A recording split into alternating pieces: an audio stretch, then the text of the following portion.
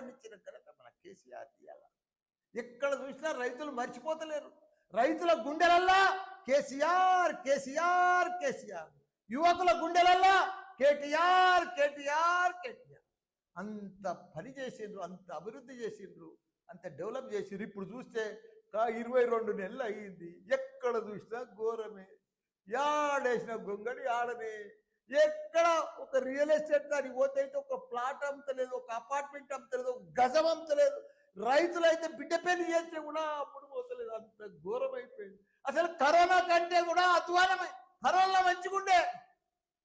Corona 2 ఏళ్ళు వచ్చినా ప్లాట్లు అమ్మినాయి, బిజినెస్ అయింది, వ్యాపారాలు నడిచినాయి, అన్ని బంద్ ఉన్నా నడిచినాయి, పైసలు ఆడినాయి. ఇప్పుడు అసలు పైసలే ఆడతలేవు, పైసలే కనిపిస్తలేవు.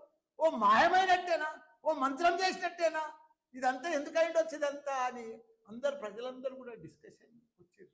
అంత పెద్ద అన్నపూర్ణ రాష్ట్రం, అంత పెద్ద పంట పండింది, అంత అభివృద్ధి, వ్యాపారాలు, real estate, India level builder అంతా వచ్చి హైదరాబాద్కి వచ్చినాయి.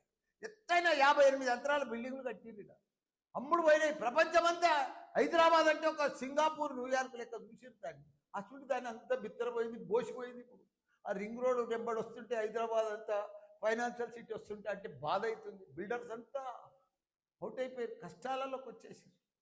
ఇవన్నీ కూడా కాబట్టి మనం అంతా ప్రజలు కూడా అందరూ గమనించాలి. కాంగ్రెస్ ప్రభుత్వం ఇచ్చిన మాటలను వాళ్ళని ఈ ఎలక్షన్లల్లా, రాబోయే ఎలక్షన్లల్లా ఘోరంగా మనమంతా కూడా వాళ్ళకు ఓటు వేయకుండా ఓటుతోటే బుద్ధి చెప్పి మనం మళ్ళా బీఆర్ఎస్ ప్రభుత్వాన్ని గెలిపించుకోవాలి. మనం పాత రోజులకు మళ్ళీ రావాలి. మనం మళ్ళీ కేసీఆర్ మళ్ళీ సీఎం కావాలి.